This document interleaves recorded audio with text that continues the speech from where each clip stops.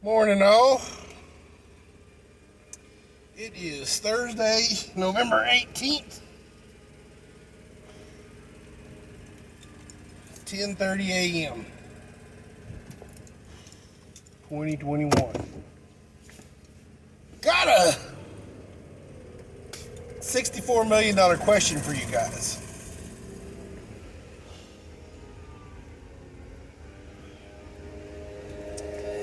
You are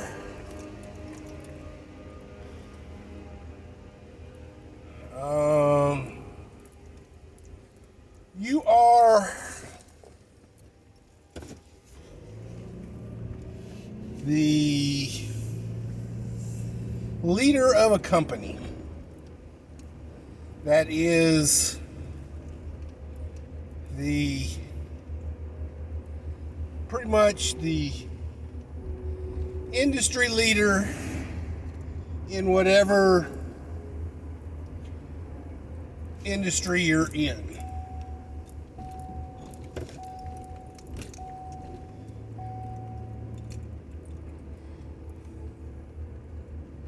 You notice two of your major competitors making strategic moves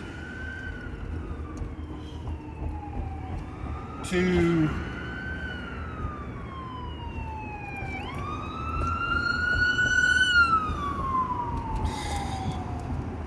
take over as the number one seat in your industry.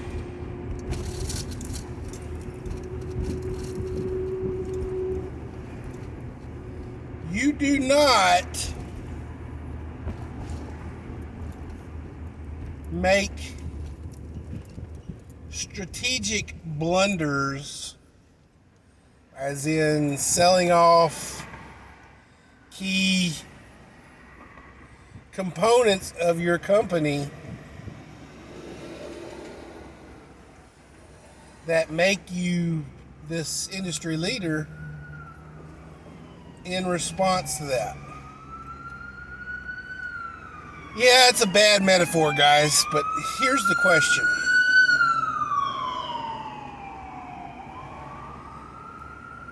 I don't like $3 a gallon gas. I'm sure you don't like however much you're paying at the pump.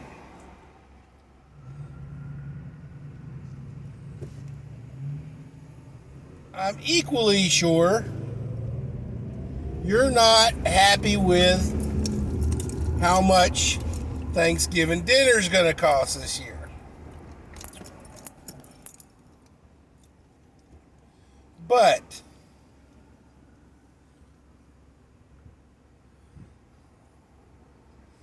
in an insane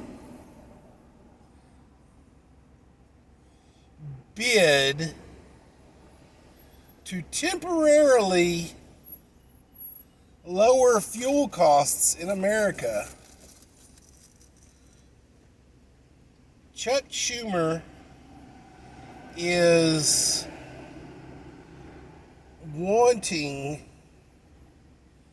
the president, and the president is very responsive to this, selling off our strategic petroleum reserves, which is about 6 million barrels of oil.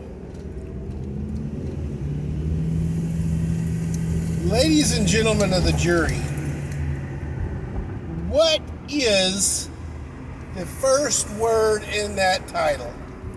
Strategic oil or petroleum reserves, guys.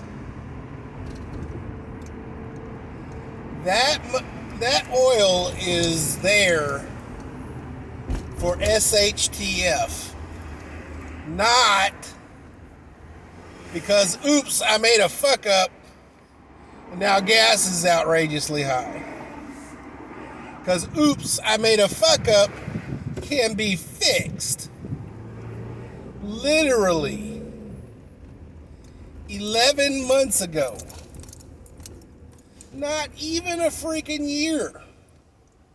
11 months ago, this country was energy independent, meaning we were a net exporter of oil. We were not buying any oil from anywhere. We were actually selling it because we had enough. Now we are beholden to Russia and OPEC and all these other places that are not all that friendly with us for our oil. And our energy secretary cackles about it. They go, oh, it's insane. We ain't gonna be able to do nothing. We can't. Oil dudes, I hope like hell you guys are awake. Because this is freaking BS. There is absolutely no reason why we need to be beholden to these other nations when literally I can walk in my backyard in Texas, kick a rock, and strike oil.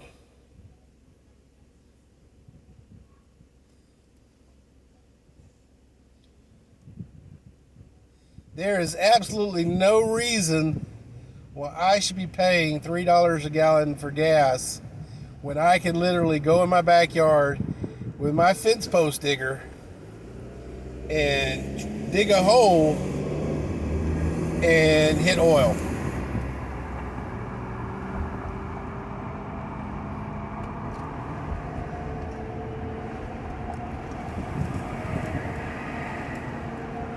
Now,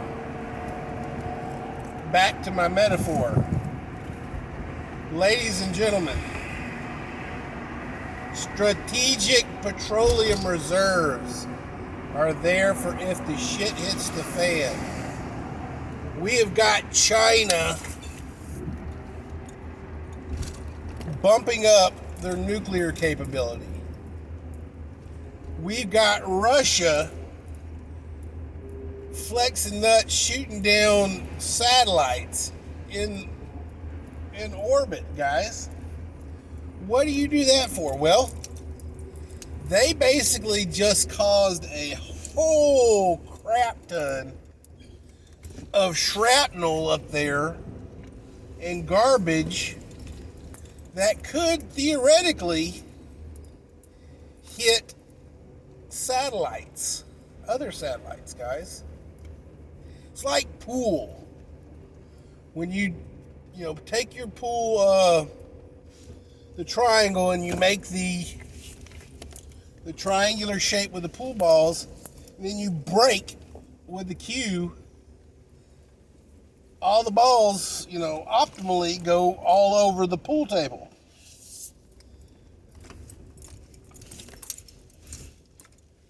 What happens, guys, when a major communication satellite goes down because it gets hit by shrapnel?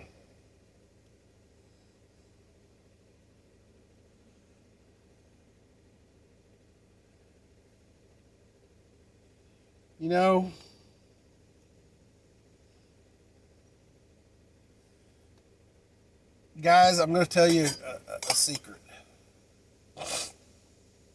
Abrams tanks don't run on solar panels. MRAPs don't have a giant windmill on top of them.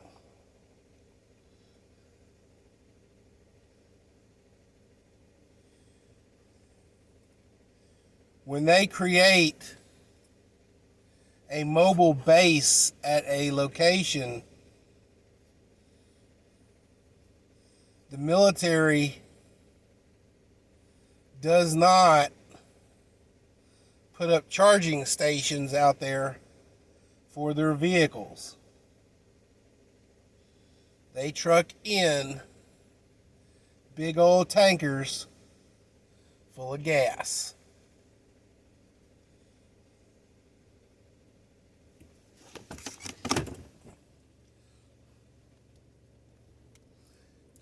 Ladies and gentlemen,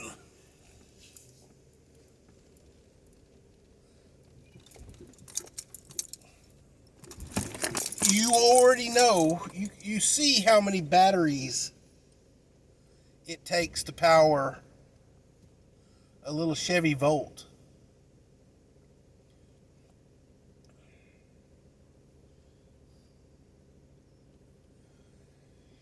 Can you imagine how many batteries it would take to power an Abrams tank for even a little bit? I just barely pulled in. Go ahead and take it. Oh, okay. Yeah. Ladies and gentlemen, you do not push your country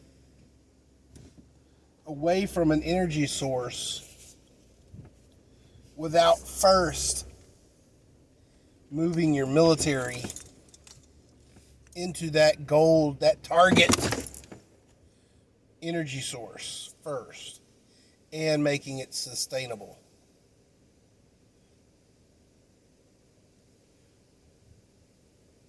If America moves away from oil and we do it too quickly without adjusting our military first, if we have to go to war, there is a high probability that we will need to buy oil from the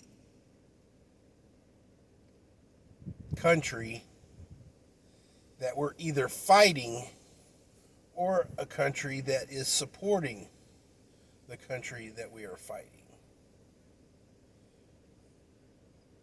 Now, I know there are a lot of countries and there are a lot of businesses that thrive on supplying R&D, tech, resources to both sides of a skirmish.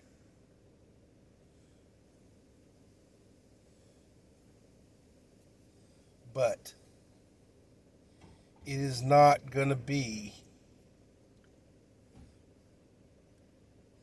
in their best interest to provide oil to America if they're already supplying oil to whomever we are battling.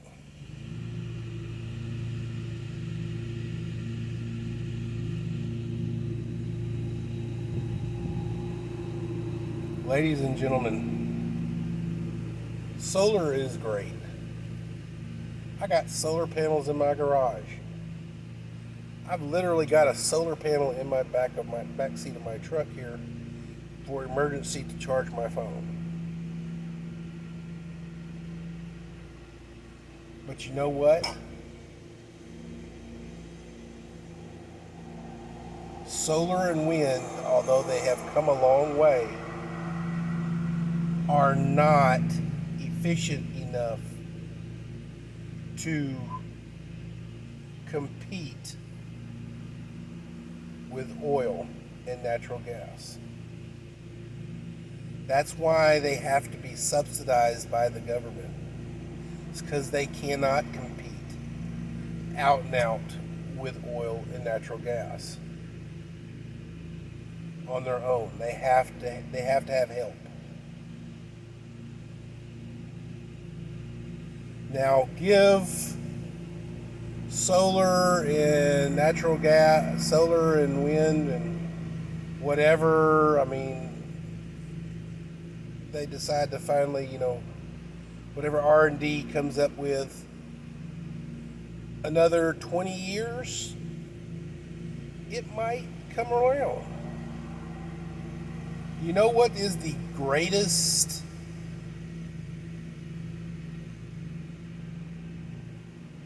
producer of R&D and technology? War.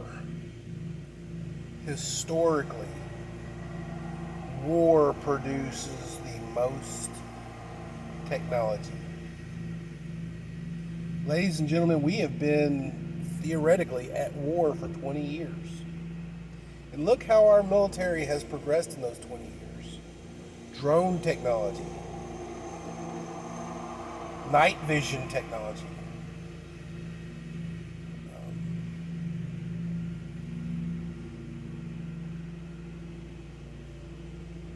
battle armor,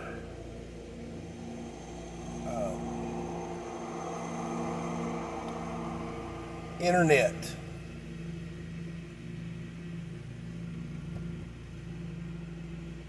Facebook. Guys, social media was originally a military thing. The original platform for Facebook was a military platform.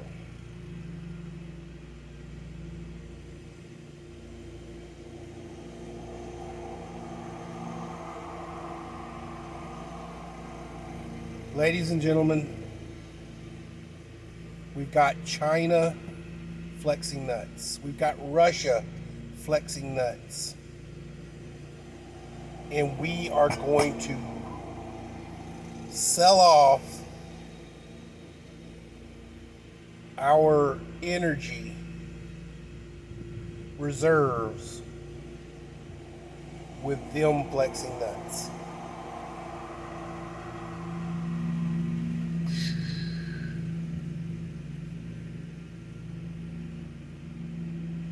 Don't do that.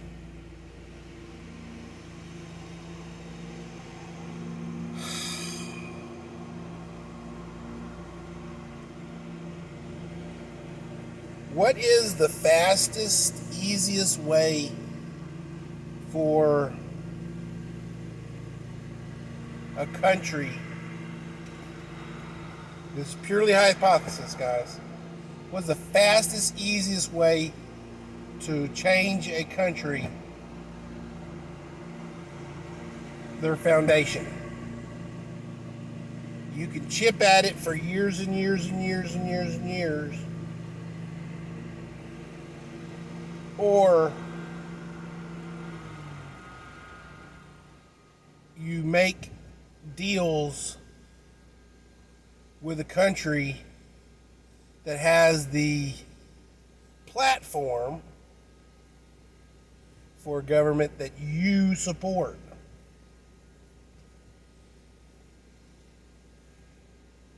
And you let them take over your country.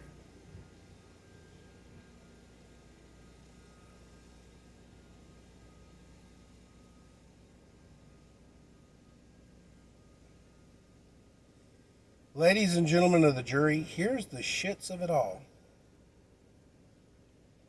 Environment, global warming, climate control, climate change, all these buzzwords that they are using, that they are loving, that they are embracing like it's a freaking warm teddy bear, fresh out of the dryer. But the country that they love and embrace and cherish and just ooh and ah over has no problems with being the number one carbon footprint in the world and the number one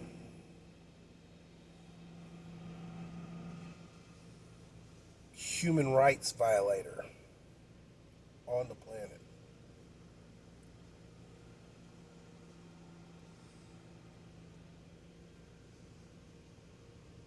Guys, watch the man behind the curtain.